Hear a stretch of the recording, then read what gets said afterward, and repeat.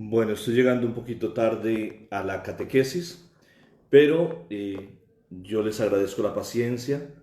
A veces me retardo por las Eucaristías, por algún compromiso, pero bueno, aquí estoy y si algunos no pueden conectarse, ya quedará la catequesis grabada, tanto en Facebook, después en YouTube, que yo creo que nos va a ayudar a mejorar muchísimo o a vivir nuestra vida cristiana. En el nombre del Padre, y del Hijo, y del Espíritu Santo. Señor Jesucristo, que nos has querido bendecir en cada momento de nuestra vida y sobre todo quedándote en la Eucaristía, ayúdanos a reconocerte siempre presente, real, no solamente en la celebración, sino en nuestro corazón. Ayúdanos, Señor, a buscarte con un corazón sincero, con apertura, Señor, de nuestra vida para ti, y danos la gracia de corresponder al amor que tú nos das. Gloria al Padre, y al Hijo, y al Espíritu Santo.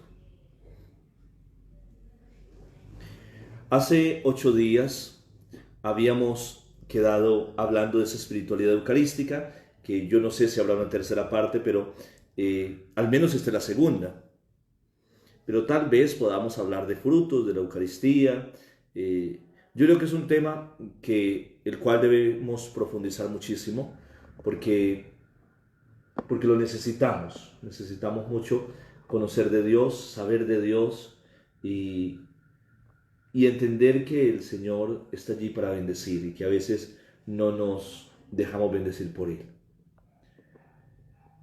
Yo terminé la catequesis hace 8 o 15 días, perdón, diciendo que cuando comulgamos suceden muchas cosas en nuestra vida. Habrá tiempo para hablar de qué más cosas suceden, pero especialmente cuando comulgamos en gracia de Dios y conscientemente de lo que hacemos, porque muchas veces se comulga no en gracia, otras veces no somos conscientes de lo que hacemos y recibimos a Jesús como si fuera un refrigerio. Pero cuando nosotros lo recibimos en gracia conscientemente, con la debida piedad, reverencia, y cuando digo piedad y reverencia, yo insisto que la piedad, la reverencia, el respeto por la Eucaristía tiene que darlo el ministro y tiene que darlo el feligrés que comulga, el comulgante. ¿Por qué razón? Porque hay momentos en que se trata la comunión, se le da un trato como de una cosa en la mano del sacerdote o en la mano de quien lo recibe. Y yo por eso insisto incluso en evitar la comunión en la mano, aunque es permitido por la iglesia. Pero evitar la comunión en la mano y comulgar con debida reverencia en la boca, donde no se haga con afán, donde el sacerdote pueda levantar el cuerpo de Cristo y decir, este es el cuerpo de Cristo, y la persona mirándolo decir amén, lo acepto, y luego recibirlo debidamente. Y cuando todo esto pasa, todo lo que soy yo, lo que tengo, lo que siento, se convierte en algo tan especial que pertenece a Cristo. Me convierto en pertenencia del Señor cuando comulgo, con todo lo que soy, lo que tengo. Cuando comulgamos somos de Cristo, pero no es solamente nuestro corazón, es todo lo que somos, es de Cristo. Y todo lo que es Jesús también se hace nuestro. Y ahí está lo bonito, la corresponsabilidad en la pertenencia a través de la Eucaristía. El Señor, lo que Él es, también es mío. Y lo que yo soy, también es de Él. Es por ello que comunión es mucho más que recibir la comunión. Para muchos comulgar es un acto puntual. Allí cuando el sacerdote dice este es el Cordero de Dios, y hay gente que va corriendo a hacer la fila porque de pronto no alcanza. Y comulgar para ellos, estar en comunión, es poder recibir la comunión. No, no es eso. Es mucho más que eso. Es mucho más que eso. La Eucaristía es sacrificio de Cristo en la cruz. Y es por ello que la cruz la cruz preside el altar. Toda parroquia tiene la cruz grande aquí atrás del sacerdote y algunos equivocadamente la cubren, la tapan. Y el único día en que la cruz está tapada es el Jueves Santo. El viernes de alguna manera. Pero la cruz nunca debe desaparecer del altar. Nunca. Es erróneo cuando la tapan, la cubren y dicen, por todo el tiempo de Pascua va a estar la cruz tapada. No. Hay veces que uno va a algún templo y va a hacer la reverencia a la cruz y no está la cruz. Se ha ido, la han tapado. Y no se puede tapar porque lo que celebramos en la mesa y en el altar es lo que vemos allí en la pared grande, esa cruz grandísima que tiene que inspirar a los fieles, hacerles memoria de qué es lo que están celebrando. Y en el altar debiera, al menos en mi altar, hay un crucifijo, una cruz en la mesa que me recuerda a mí como sacerdote que lo que estoy celebrando, lo que estamos celebrando, lo que yo presido, es el sacrificio de Cristo en la cruz. Pero hay algo bonito en la cruz. Y es que la cruz no es la cruz de Cristo. La cruz que carga Jesús en los hombros y lleva hacia el Gólgota, el lugar del Calvario, no es su cruz. Es la cruz de la humanidad. Es mi cruz. Yo siempre había dicho que el cirineo ayuda a cargar la cruz a Jesús y que el cirineo es bueno ayudándole a cargar. Pero no es el cirineo el que ayuda a Jesús. Es Jesús el que ayuda al cirineo. Es Jesús el que te ayuda a ti y me ayuda a mí a cargar la cruz, porque es nuestra cruz. Éramos nosotros los que teníamos que cargar esta cruz. Y Jesús la ha cargado. Por tanto, el sacrificio de Cristo en la cruz es el sacrificio de Cristo por mí, con mi cruz, con la cruz de la humanidad. Allí razón tienen los protestantes cuando dicen que la cruz es maldita. Claro, la palabra de Dios dice que Jesús hizo maldito por nosotros, porque éramos nosotros que teníamos que ser crucificados. Pero Jesús hace pecado por nosotros para salvarnos del pecado. Y allí, en ese momento tan puntual, la cruz comienza a ser de maldición, pasa a ser bendición.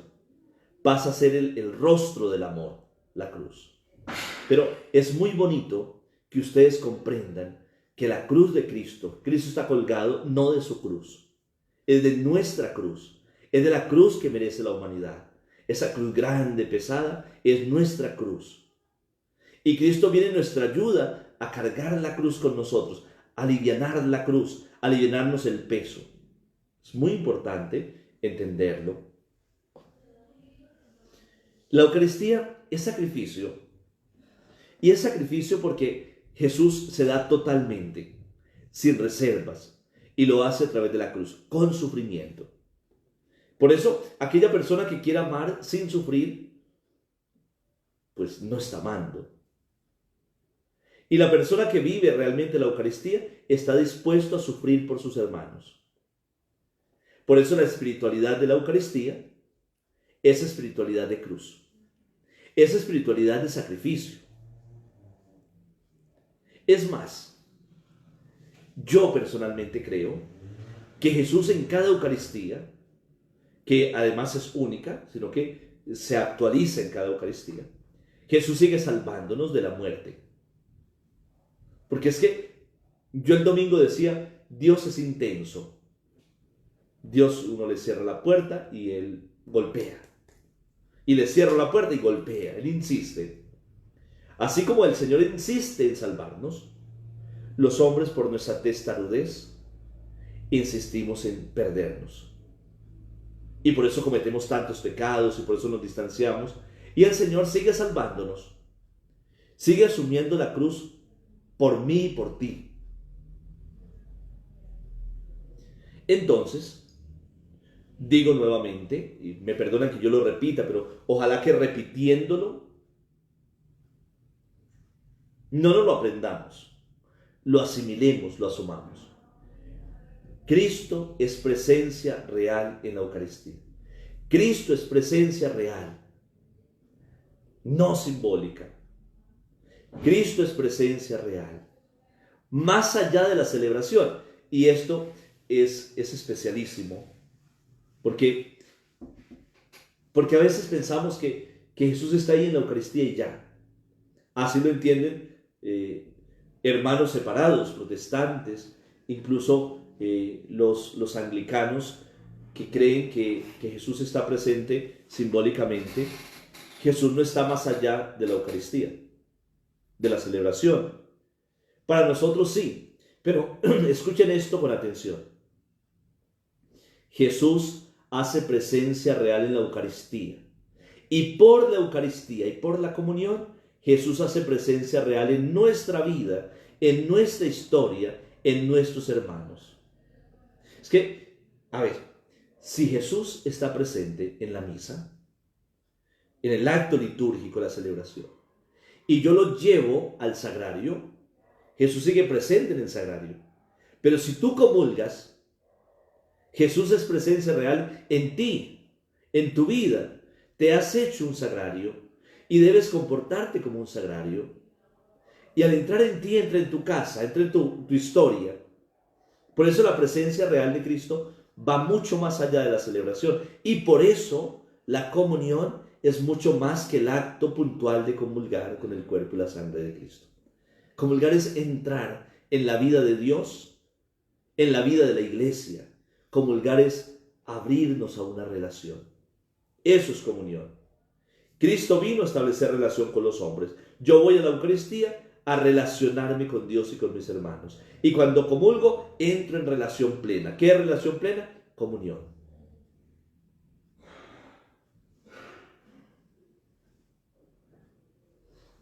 La Eucaristía es una ayuda contra el mal.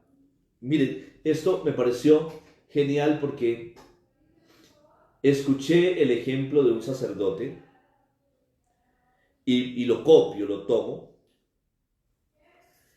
porque él lo explicaba de la siguiente manera y yo así lo comprendo. Porque cuando lo escuché de él, me fui a lo que él estaba hablando y todo lo hemos vivido.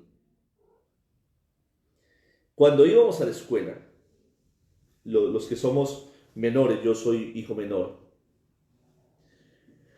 cuando íbamos a la escuela siempre alguien nos hacía bullying. La palabra bullying es nueva, es de hace unos 12 años para acá, 15 años. Entonces muchos de ustedes y yo no hablábamos de bullying, pero lo sufríamos. Y entonces alguien nos remarcaba, alguien nos pegaba o alguien se burlaba de nosotros. Y era tedioso ir a la escuela. Entonces uno iba a la casa y decía, mire, Julanito me la tiene montada, me la tiene al rojo. Y entonces, bueno, entonces mañana te vas con tu hermano mayor. Entonces se iba con el hermano mayor o con el papá y ese día no lo molestaban a uno. Porque iba alguien más grande que la persona que lo molestaba a uno y ya no lo molestaba. Porque el que se metía con uno era más pequeño que el hermano mayor. ¿Cómo entender entonces la Eucaristía como una defensa contra el mal? Nosotros vamos caminando todos los días en un peregrinaje, vamos peregrinando como hijos menores. Y allí en el camino sale el enemigo y nos hace bullying, y nos maltrata, y nos pega, y nos esclaviza, y nos hace sufrir. Ese enemigo pequeño se llama pecado, se llama mal, se llama demonio. Y si nosotros vamos solos, sin el hermano mayor, no hay cómo defendernos. Cuando yo participo en la Eucaristía y la vivo y lo recibo, Jesús, mi hermano mayor, va conmigo. Y entonces el enemigo, el mal, el diablo, ve a mi hermano mayor y dice, con este no me meto. Hoy no le puedo hacer daño. Porque el hermano mayor va defendiéndonos. Esto es maravilloso. Entender que cuando no voy a la Eucaristía, voy solo sin mi hermano mayor. Y entonces mi enemigo me pega, mi enemigo me esclaviza, mi enemigo me hace daño. Cuando estoy con Jesús, el enemigo no puede hacerme daño. Por eso, a la cabeza, al corazón, Cristo, Eucaristía, es ayuda contra el mal. Yo repito mucho, porque la gente hoy está siendo atormentada por el enemigo, hoy la gente está poseída, hoy la gente está perturbada, hoy la gente sufre brujería, hoy la gente... Y quieren que el sacerdote les haga un acto mágico, impone las manos, unge, sal de aquí, Satanás, y se fue. Pero no es así. Es que si nosotros no nos alimentamos de Cristo Eucaristía, es que si nosotros no vivimos la Eucaristía, dejamos la casa vacía. Incluso si estamos poseídos y si estamos siendo oprimidos por el enemigo y un sacerdote hace un exorcismo, nos libera, la casa queda limpia. Pero dice el Evangelio que el demonio cuando sale de la casa anda por ahí rondando, buscando dónde meterse, y como no encuentra dónde meterse, viene y busca la casa donde antes salió y la encuentra limpia, liberada, completamente vacía, y va y trae 7 demonios más y los mete. Porque la gente que anda buscando solamente la liberación, no se le ocurre que tiene que llenarse de Dios. Porque si no se llena de Dios, la casa queda vacía y va a ser peor. Hay que caminar con el hermano mayor. Ese hermano mayor que nos defiende, que es más poderoso que el enemigo. La Eucaristía entonces revive la esperanza, la fe y el amor. ¿Qué quiere decir eso? Cuando recibo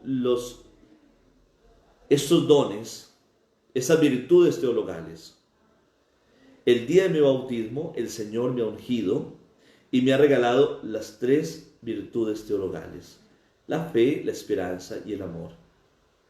Pero ese bautismo muchas veces queda adormecido, dormido. Y en cada Eucaristía lo que se hace es que se reactiva. Yo no sé qué ejemplo colocarles, pero cuando algo está quieto y lo conectamos a la energía, eso se reactiva inmediatamente. Es lo que pasa en la Eucaristía. Tu fe, cuando vives la Eucaristía, es más fuerte. Tu esperanza es más fuerte. Tu fuerza para amar es más fuerte en la Eucaristía. Pero si no asistes, si no vives, te vas debilitando tanto que es como una batería cuando se descarga. Ya por más que uno da start al carro o a la moto para prenderlo con esa batería, no sirve, porque la batería está descargada. ¿Cuántos bautizados hoy tienen la batería descargada? Porque no se han alimentado con la Eucaristía. Porque sienten que eso para qué. Y la reemplazan por cualquier cosa.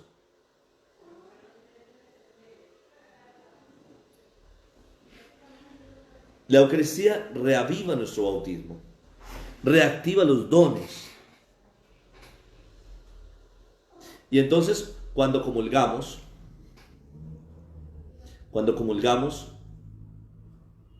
suceden cosas impresionantes. Impresionantes en nuestro corazón, en nuestro interior. Que fíjense ustedes que si nosotros tuviéramos la posibilidad de una radiografía o no sé qué aparato científico para mirarnos por dentro cuando estamos comulgando, cuando comulgamos, veríamos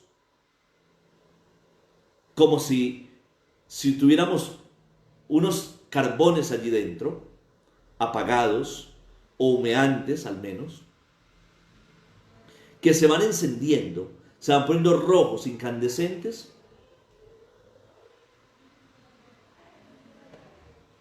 y es el fuego del amor de Dios. Es el fuego de la fe y de la esperanza. Es Dios que va encendiendo un fuego en nuestro interior, que quema el mal, que enciende la llama del amor y que nos impulsa a vivir como cristianos. Pero es algo que va pasando allí dentro, que a veces no lo percibimos, pero que si miramos bien, nuestra vida ha ido cambiando porque Dios encendiendo sus carbones con su amor, con su fuerza.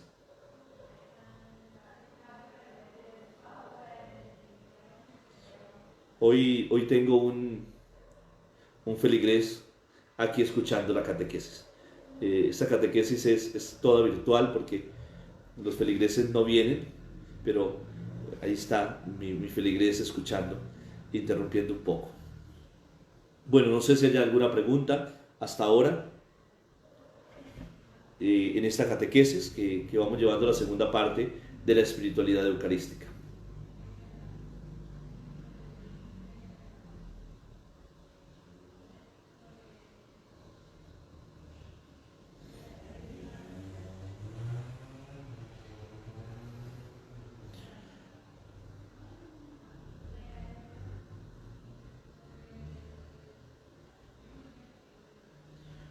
Yo estoy aquí leyendo un testimonio, parece, dice padre, aunque eso me falta mucho aún para mi conversión, pero que desde que era muy niña he estado siguiendo a Jesucristo, participando en la iglesia y en lo que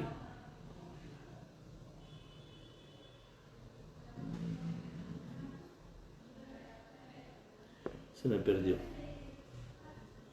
Ah, bueno, por acá está.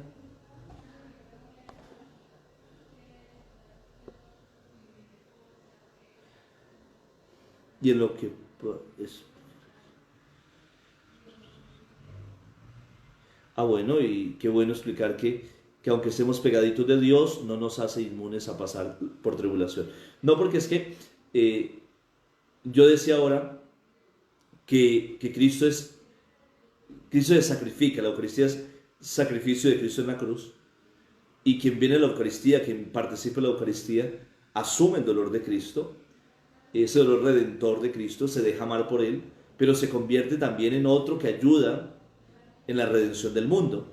Porque, ¿qué es, qué es la Eucaristía? Es pegarme a la cruz, es aprender a vivir con Cristo el sufrimiento. Es muy interesante que lo pongas allí, Estela. Hay algo bonito que he encontrado al preparar la catequesis, y es mirar que los evangelios sinópticos, que ustedes ya saben que es Mateo, Marcos y Lucas, todos relatan la institución de la Eucaristía. Jesús tomó el pan y dijo: esto es mi cuerpo que será entregado por vosotros, palabras que no se pueden cambiar en la Eucaristía. Y luego toma una copa y dice: esta es mi sangre, sangre de la alianza nueva y eterna. Y lo relatan de esa manera. Si ustedes se fijan en Juan, el evangelista, que es profundo en su teología, en su espiritualidad, Juan no habla de esta institución de esa manera, sino que Juan, si ustedes lo recuerdan, es el texto que leemos el Jueves Santo, antes de ir a la mesa, antes de tomar el pan y el vino para compartir con los discípulos. Jesús lava los pies de sus discípulos. Entonces Juan presenta a Jesús que se quita la túnica, se amarra una toalla, coge un platón, una palangana y lava los pies de los discípulos. Debiéramos preguntarnos por qué. Porque allí en ese evangelio teológico vamos a encontrar otra fuente de espiritualidad en la Eucaristía. ¿Qué pasa allí? Jesús lava para decirnos que antes de ir a la mesa uno tiene que lavarse. Y de alguna manera tenemos que decir, bueno, la espiritualidad eucarística se vive en gracia de Dios. Hay que buscar la Eucaristía en gracia de Dios. Hay una necesidad de lavarse para ir a comer el Cordero Pascual. Pero luego detengámonos en el diálogo que tiene con Pedro. Jesús va lavando los pies de los discípulos. Cuando llega Pedro, dice Pedro, no, Señor, lavarme a mí, no. Pedro se resiste a que le lave los pies. El problema está en que si Pedro se resiste a lavarse los pies, a que Jesús le lave los pies, Pedro no puede participar de la mesa. Porque si no te dejas lavar los pies, no tienes nada que ver conmigo. Fuerte. Y este acto de Pedro nos lleva a mostrar que hay una exigencia para vivir la Eucaristía. Y es que vivir la Eucaristía es reconocer el amor de Dios. Cuando Jesús lava los pies de los discípulos, Jesús los está amando. Y si yo no me siento amado y no me dejo amar por el Señor, ¿cómo puedo entonces participar de la mesa? Es más, mucha gente no se siente amada y está llena de Eucaristía porque es unas exequias, es un matrimonio, unas 9 noches, pero nada más. No se sienten amados. Lavarse los pies, dejarse lavar los pies es sentir que el Señor lo da todo por mí. Es sentir que el Señor no me rechaza, que el Señor me adecúa para que yo participe de la Eucaristía.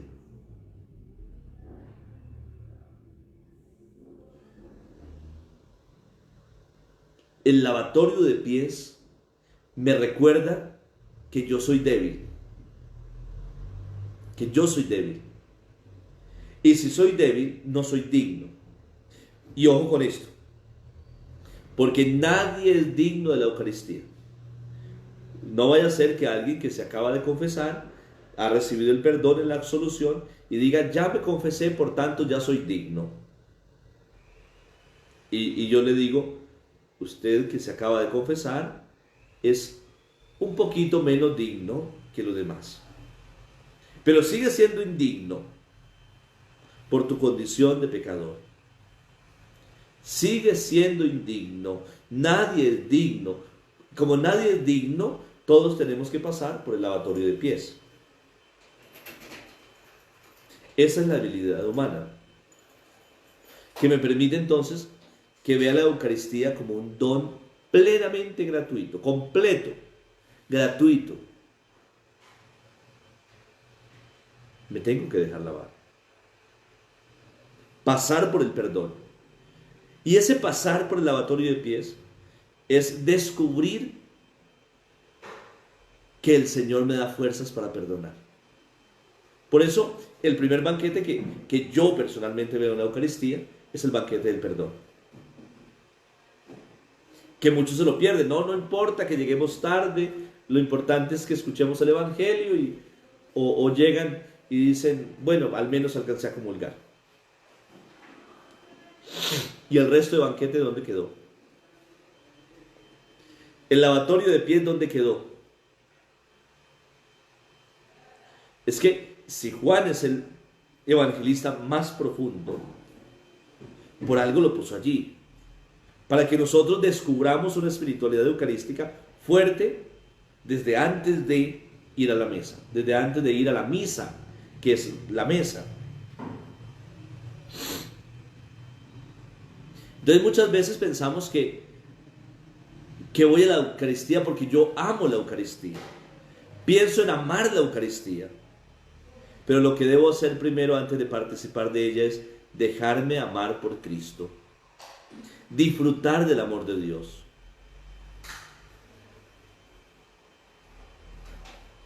Es más, hoy podemos decir que uno va a misa no solamente amar a Cristo, de hecho lo hace. Va a la misa para que Dios lo ame. Y yo no sé si ustedes lo experimentan, pero a veces nos sentimos incomprendidos, a veces nos sentimos estropeados, a veces nos sentimos solos. Y vamos a la Eucaristía y sencillamente descubrimos que no estamos solos, que hay alguien que nos ama, que hay alguien que nos abraza. Si muchas veces nos han hecho el feo, en la Eucaristía siento que Dios me acoge. Ir a la Eucaristía es dejarse amar.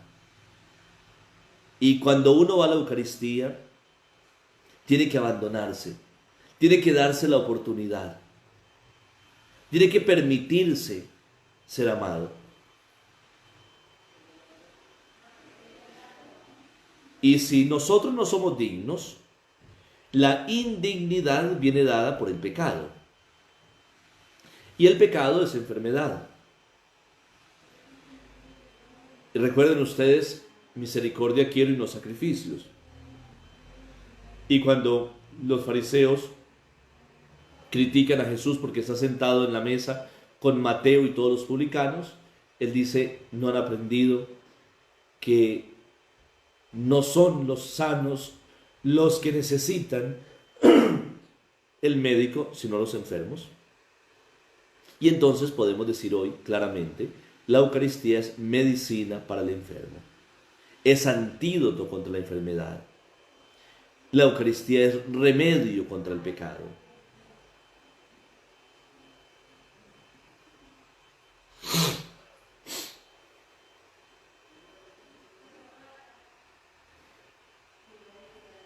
Todos participamos de la Eucaristía sin merecerlo.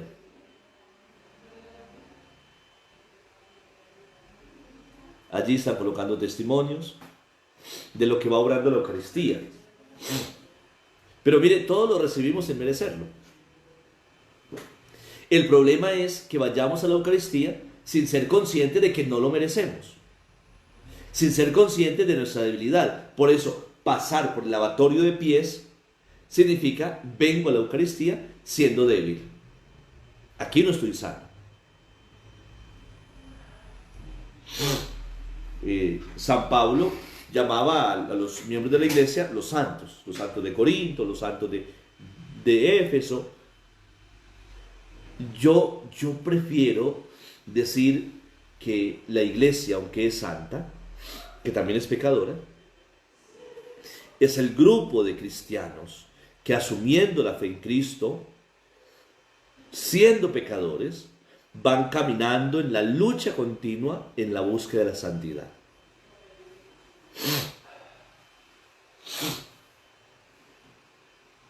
Eso es.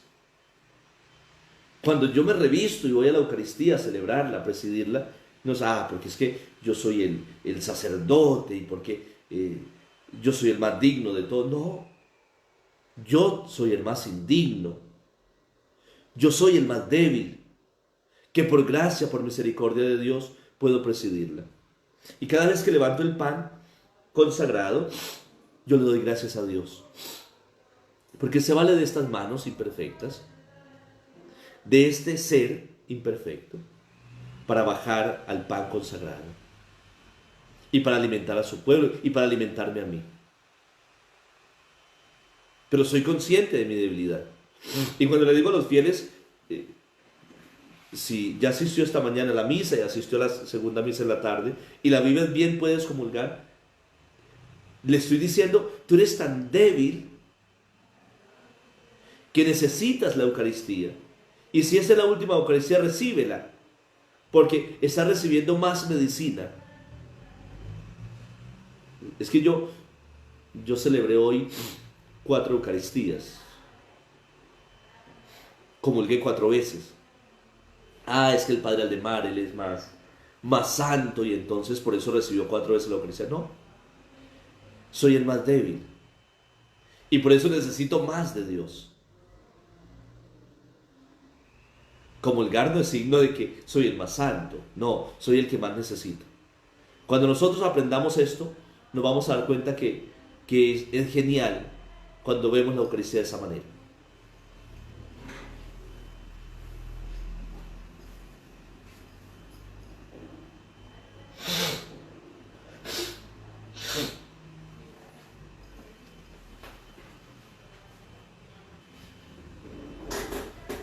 Es muy importante, mis hermanos, sentir que soy débil, consciente de mi debilidad, aunque esté recién confesado. Porque aunque estoy en gracia, siempre soy indigno. Es que el don me supera. Quien participa de la Eucaristía, si tiene espiritualidad eucarística, debe tener fe. Pero no me digan, Padre, yo tengo fe porque yo creo en Dios. No. Tener fe significa saber que Cristo está allí. Es ser consciente de su presencia. Es sentirse amado. Es sentir que Cristo le está amando. Tener fe es sentir el abrazo de Dios cuando llego a la iglesia. Es compenetrarme, es taparme los oídos para no escuchar el mundo y comenzar a escuchar a Dios. Tener espiritualidad eucarística es sentir que Él me habla, que comparto con Él, que estoy viviendo una comunión con mis hermanos. Cuando decimos creer, pero no creemos, la misa se convierte en una celebración. Padre, ¿a qué horas termina la misa? Se convierte solamente en un rito, no en una experiencia. Por eso nos distraemos, hacemos otras cosas, nos salimos del templo, contestamos el celular, llevamos el perrito y nos ponemos a jugar con el perrito. No, mis hermanos, para muchos en la iglesia hoy, la misa es un rito, la misa es una celebración, no más. Porque se está perdiendo la espiritualidad eucarística. Yo me he tomado la tarea de orar el rosario ante Jesús sacramentado, de llevarlo por las comunidades, por las veredas, de exponerlo más en la iglesia. Y me he encontrado con que la gente es piadosa, buena, vienen a misa, pero a muchos de esos que van a misa, cuando saco el relicario, cuando saco la custodia y expongo a Jesús, no les dice nada. Muchos se quedan sentados, otros de pie, como que miran qué le pasó al Padre, por qué trajo esto. Y son de iglesia. Porque la espiritualidad eucarística es muy floja, es muy débil, porque nos hace falta crecer. Incluso yo les comparto que alguna vez estaba en una hora santa en mi parroquia y vino un sacerdote y se subió a hacerme algunas preguntas y a hablar conmigo en el altar mientras estaba el Santísimo expuesto.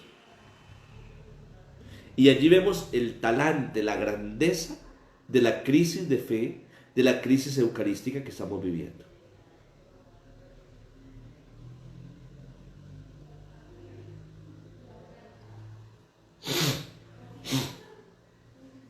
Me acaba hoy de escribir alguien de la costa colombiana preguntándome por quién celebraron matrimonio en la playa. Ya eso de celebrar el matrimonio en la playa, la Eucaristía en la playa, ya eso me escandaliza un poco. Ya eso me deja así como uy, ¿qué pasó allí? Entonces yo respondí, no conozco a nadie y no sé si le celebren en la playa. Sí, padre, pero cobran tanto, un monto altísimo por una Eucaristía. Y me pregunto yo si no han convertido la Eucaristía en un comercio. En un comercio. Yo hago lo que ustedes digan con la Eucaristía, pero ustedes me pagan bien, económicamente. Eso es simonía. Me perdonan si yo juzgo, pero... Y no pasa en la costa, pasa en muchos lados. ¿En qué nos hemos convertido?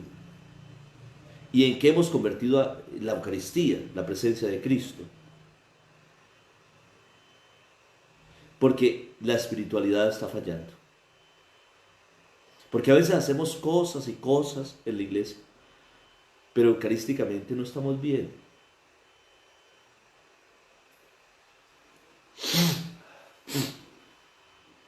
La Eucaristía es el don que revive la esperanza. Es decir, cuando voy a la Eucaristía, Jesús impide que yo pierda mi fe. Es decir, Jesús en la Eucaristía me da la capacidad de saber que Dios siempre tiene un don, una bendición para mí, aunque todo parezca perdido. Allí está el testimonio de Betty Florian, está el testimonio de Estela que está escribiendo, que ha escrito. Cuando todo está perdido, cuando todo está oscuro, en la Eucaristía Dios me devuelve la esperanza.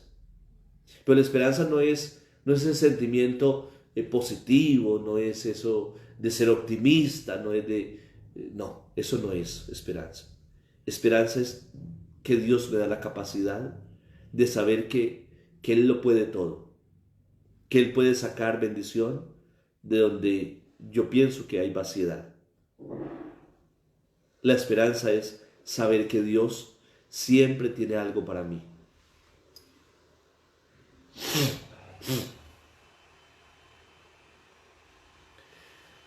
La Eucaristía entonces aparece también como un derroche de amor de Dios para conmigo, para con nosotros, para con todos. Y si es un derroche de amor, Él me impulsa a amar. Y aquí estoy nuevamente retomando el lavatorio de pies. Que el lavatorio de pies siempre está allí en la Eucaristía porque yo debo experimentar algo bonito cuando voy a misa. Mire, cuando yo piso el atrio de la iglesia y cuando piso las primeras baldosas del templo, debo sentir la voz de Yahvé que dice: quita, quita la sandalia de tus pies, porque el lugar que pisas es santo. Debo sentir que he pasado de un ambiente a otro. Estoy en un sitio donde todo es diferente. No estoy diciendo donde me debo comportar diferente. Eso implica pasar de la calle al atrio de la iglesia y más al templo. Significa estoy en un ambiente totalmente nuevo. ¿Y qué lo hace nuevo? ¿Qué es el templo? No, la presencia de Cristo. Perdónenme un segundo.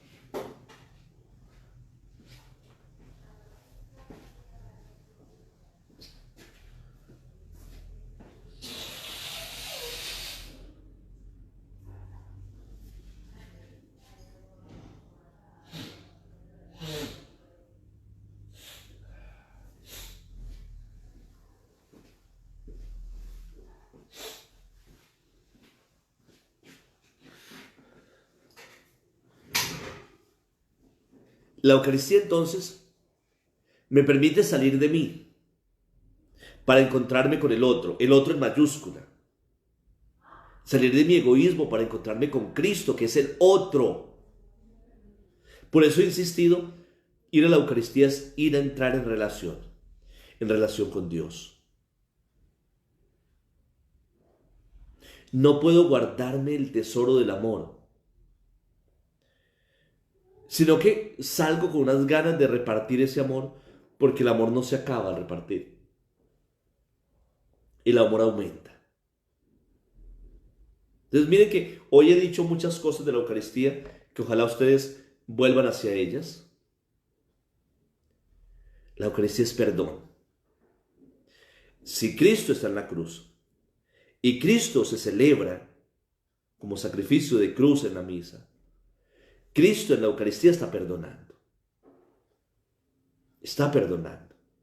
Por eso a misa se va con un corazón abierto, dispuesto, para que el Señor haga la cirugía de nuestro corazón en misa.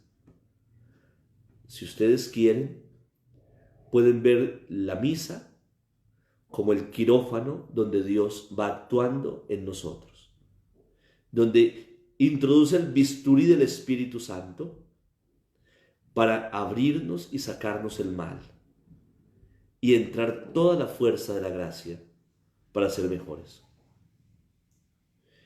La Eucaristía es perdón. Pero escuchen esto.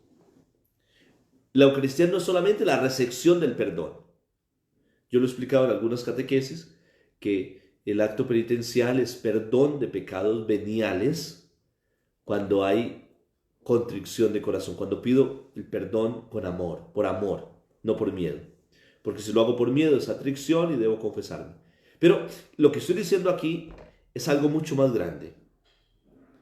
La Eucaristía es recepción de perdón porque Dios me da la capacidad de perdonar. Una persona que llega con odios, con resentimientos a misa y vive la Eucaristía, sale sabiendo que tiene que perdonar para ser feliz. Pero no solamente es un conocimiento, sino que es la fuerza de Dios que está dentro. ¿Recuerdan los carbones que yo decía que están ardiendo? Y es la fuerza de Dios que me impulsa a perdonar. Aunque el otro no quiera hacer las paces conmigo, yo sí lo perdono. Aunque el dolor sea fuerte, aunque la herida sea grande, aunque el mal hecho sea inmenso, Dios me da la fuerza de perdonar. Oiga, no se comprende a una persona que viva la Eucaristía y que esté todavía resentido, amargado, enojado, incluso con deseo de desquitarse. No se entiende.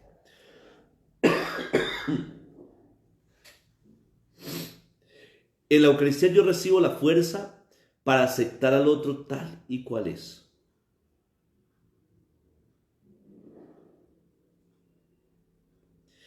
Y entonces voy terminando esta parte de la catequesis para decir que la Eucaristía construye comunidad, construye familia. Es desde la Eucaristía como se construye la comunión. Quiere unir a su familia, vive la Eucaristía. Si no va a tu familia, ve tú, pero es desde la Eucaristía como aprendemos a sobrellevar las dificultades, a aceptar a las personas. Quien tiene espiritualidad eucarística tiene mayor capacidad de adaptación. A veces me dicen, padre, pero es porque esta persona esto, porque aquello. Si no hay conversión, si no hay espiritualidad, es muy difícil. Es muy difícil, mis hermanos. Es la conversión. Es el encuentro con Cristo el que nos hace diferentes, el que nos hace pensar diferentes. Y si tú que vas a la Eucaristía comienzas a pensar diferente, tú serás instrumento de unidad en tu casa. Y serás instrumento de unidad en tu parroquia. En estos momentos nosotros en Ibagué estamos hablando de misión y cómo reactivar la pastoral y la vida de la iglesia. De nada sirve una misión, de nada sirve si nosotros nos centramos en la Eucaristía. Porque yo aprendí del Concilio Vaticano II que la Eucaristía es fuente y cumbre de la vida de la iglesia. Entonces vamos a decir hoy en la parroquia, vamos a construir unidad. Vamos a construir unidad. ¿Cómo vamos a construir? Entonces, hagamos esta actividad, atraigamos los jóvenes, atraigamos los niños, hagamos un encuentro familiar.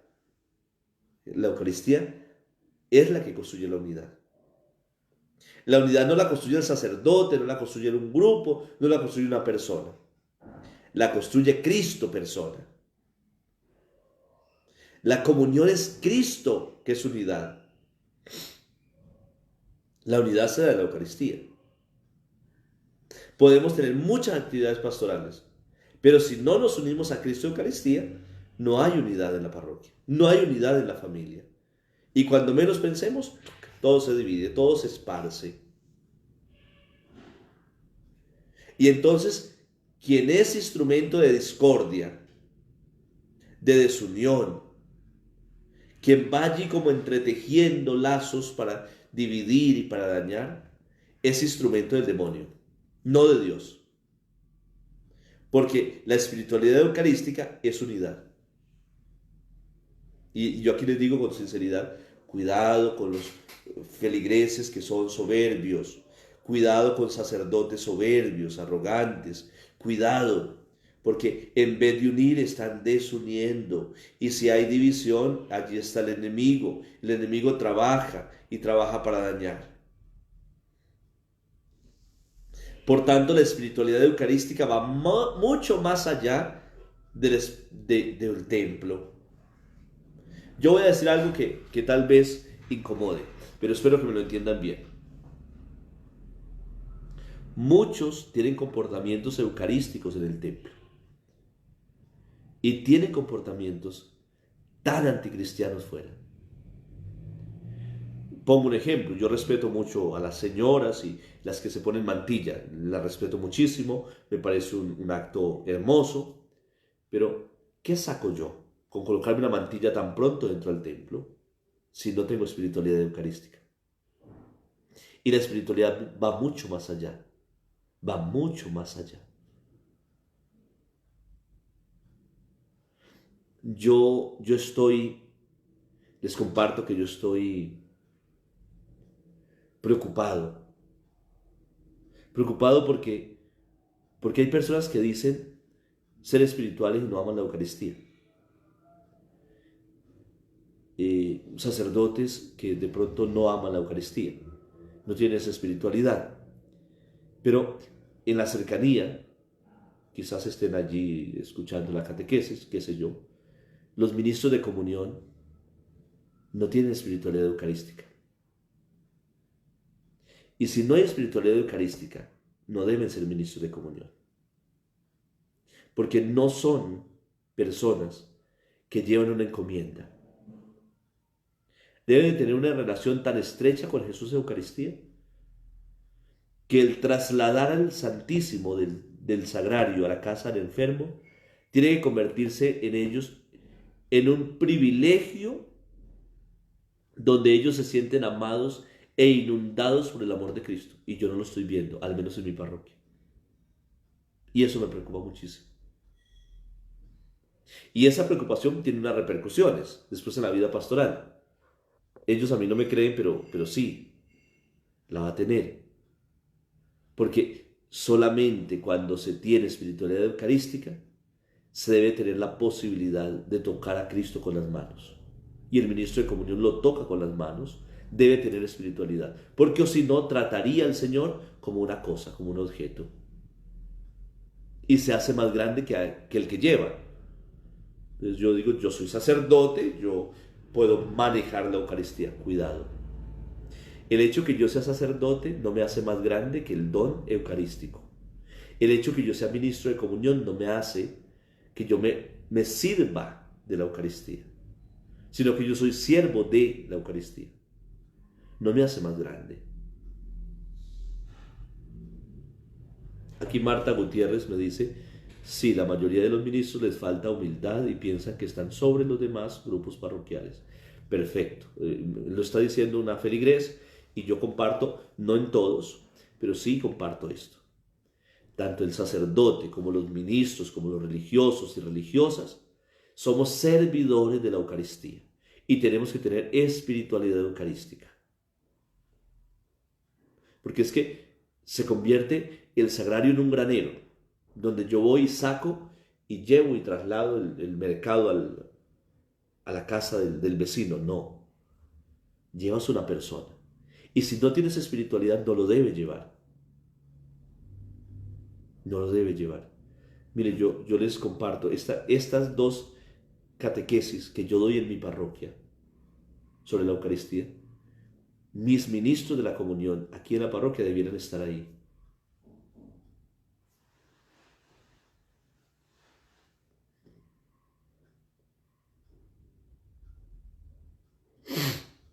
Aquí me pregunta Marta, ¿por qué algunas personas reciben de rodillas y de últimas el cuerpo de Cristo? Bueno, mire, yo voy a hacer una aseveración que tal vez me equivoque. Yo no estoy en desacuerdo con recibir a Jesús de rodillas. Es más, perdónenme esta sinusitis que tengo ahora. Es más, yo les confieso, que yo soy partidario de muchas prácticas anteriores al concilio. Cuando yo voy a parroquias como la de Rovira, que tiene comulgatorio, o cuando he ido a peregrinar a Chiquinquirá, no me acuerdo si en Buga, y hay comulgatorio, que es ese corralito que hay delante del altar. ¿Para qué se hizo eso? Porque la gente iba y se arrodillaba en torno a ese cerco y allí recibía la comunión de rodillas. Entonces el que se movía del sacerdote iba de un lado al otro. Cuando terminaba ya, se regresaba porque ya habían otros fieles arrodillados recibiéndolo. A mí me parece, cuanto más reverencia haya hacia el Señor, mucho mejor. A no ser que es una señora que está enferma de las rodillas, que ya briga para pararse y que va a obstaculizar el camino, yo no me siento incómodo porque alguien se arrodille. Al contrario, me parece bonito. Si lo hace de corazón, como un gesto de amor al Señor, bienvenido. Algunos comulgan de últimos precisamente para eso, para no incomodar a los que van en la fila. Me parece bien. El problema es que muchos se están arrodillando al final de la misa sin haber hecho la fila. Y allí sí está el problema. Porque deben hacer la fila. Porque la fila es un peregrinar. Es caminar hacia el Señor. Si ustedes vienen a misa a mi parroquia, sobre todo los domingos, hay gente que está en la primera banca y se va por el lateral y casi va a la puerta o casi fuera del templo y camina a recibir al Señor. Ya hay muy pocos que se colan, ¿no? Esos que se quedan de últimos. La mayoría de gente ya ha ido aprendiendo que tengo que caminar. Bueno, no sé si hayan más preguntas, pero a mí me llena mucho este tema, me gusta, me interesa y yo creo que yo lo decía el martes en el encuentro con el obispo, yo soy un convencido de que cuanto más se adora a Jesús en Eucaristía, más vive es la pastoral, más vive es la iglesia. ¿Alguna pregunta? ¿Alguna cosa?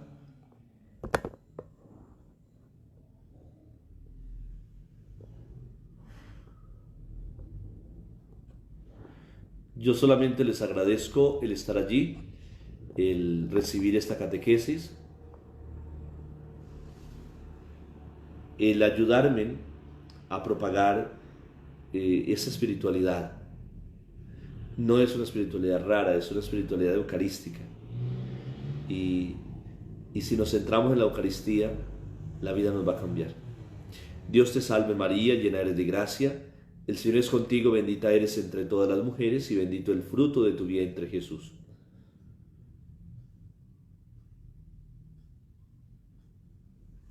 Que el Señor les bendiga, les guarde, les protege en el nombre del Padre, del Hijo y del Espíritu Santo.